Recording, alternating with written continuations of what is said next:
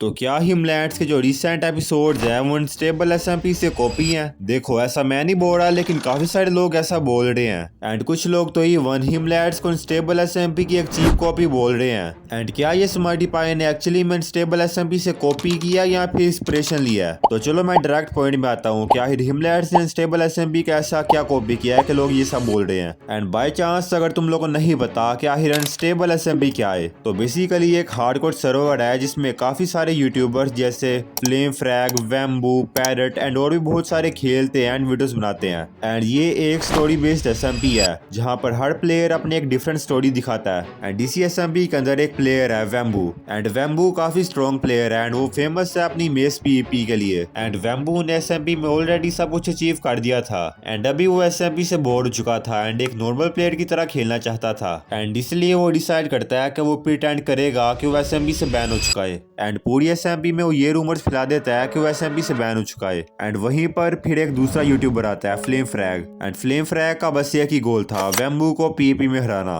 Basically flame frag and वैम्बू एक दूसरे के दुश्मन थे। एंड रिसेंटली फ्लेम फ्रैग वैम्बू से हारा था जिसकी वजह से उसकी इमेज काफी ज्यादा खराब हो चुकी थी। एंड बहुत सारे लोग उसे ट्रोल काटे थे क्योंकि उससे पहले वो एसएमपी का स्ट्रॉन्गेस्ट प्लेयर था। एंड अभी वैम्बू से हारने की वजह से उसकी इमेज काफी खराब हो गई थी। एंड इसीलिए वो वैम्बू से रीमैच करना चाहता था एंड प्रूव करना चाहता था कि वो अभी भी स्ट्रॉन्गेस्ट है। पर जब वो ये रूमर सुनता है कि वैम्बू एसएमपी से बैन हो चुका है तो वो इस चीज को बिलीव नहीं करता क्योंकि उसे भी पता था कि इतना स्ट्रॉन्ग प्लेयर इतनी आसानी से तो बैन नहीं होने वाला। एंड इसके बाद फ्लेम फ्रैग पूरा मंथ ये जानने में लगा देता है कि आखिर वैम्बू की रियल आइडेंटिटी क्या है एंड क्या वो एक्चुअली में एसएमपी से बैन हो गया या फिर जैसे यहाँ पर प्रिटेंड कर रहा है कि वो बैन हो गया है। एंड पूरा मंथ स्पेंड करने के बाद फाइनली वो पैरट की हेल्प से वैम्बू की रियल आइडेंटिटी फाइंड कर देता है। एंड फिर यहाँ पर हिमलैंड्स आता है क्योंकि अगर तुम लोग हिमलैंड्स को रिसेंटली फॉलो कर रहे होगे तुम्हें पता होगा कि हिमलैंड्स में भी एक मिस्टीरियस प्लेयर आता है एंड उसने भी अपने ऊपर इनविज का पोशन मार के अपनी आइडेंटिटी हाइड कर रखी थी सबसे।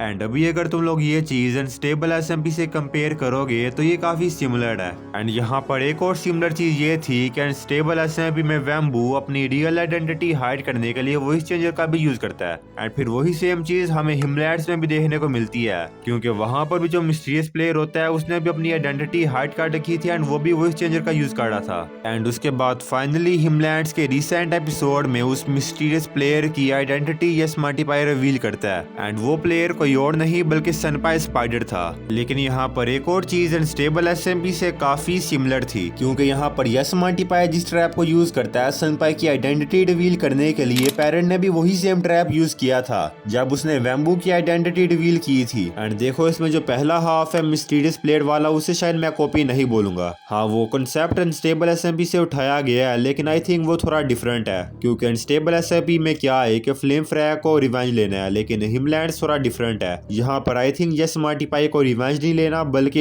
एसएमपी को बचाना है उससे, जितना मैं एज्यूम कर रहा हूँ क्योंकि भाई देखो मैंने हिमलैंड्स देखी नहीं, तो अगर मैं यहाँ पर कुछ गलत एज्यूम कर देता हूँ तो भाई मुझे माफ कर देना, बट मैं जितना एज्यूम कर रहा हूँ मुझे ऐसा ही लग रहा है। तो चलो हम यहाँ पर फर्स्ट हाफ को हम यहाँ पर कॉपी नहीं बोलेंगे, इंस्पिरेशन चलो बोल लेंगे। बट सेकंड हाफ जहाँ पर मिस्टीरियस प्लेयर की आइडेंटिटी रिवील होती है वो तो मुझे भी थोड़ा कॉपी लग रहा है क्योंकि पैरट ने जो ट्रैप यूज किया था वैम्बू की रियल आइडेंटिटी फाइट करने के लिए ये स्मार्टी पाई भी वही सेम ट्रैप यूज करता है। एंड मुझे भी ऐसा लगता है कि यहाँ पर ये स्मार्टी पाई थोड़ा डिफरेंट ट्रैप यूज कर देते तब फिर भी थोड़ा इंस्पिरेशन जैसा लगता, लेकिन ये स्मार्टी पाई ने यहाँ पर ट्रैप भी वही सेम यूज कर दिया इसलिए लोग इसे अब कॉपी बोल रहे हैं। बट ये स्मार्टी पाई ने मुझे नहीं लगता यहाँ पर इतना कॉपी करा है कंपेयर टू अदर यूट्यूबर। वरना कुछ यूट्यूबर्स तो पूरा का पूरा थंबनेल ही कॉपी कर देते हैं एंड इवन पूरा वीडियो। बट ये स्मार्टी पाई ने एटलीस्ट पूरा स्क्रिप्ट कॉपी नहीं करा बट हाँ कुछ पार्ट कॉपी किया, तो अब हम क्या ही कर सकते हैं। बाकी तुम लोगों का इस पे क्या ओपिनियन है तुम लोग मुझे कमेंट में बताना। बाकी यार that's it for this video, bye.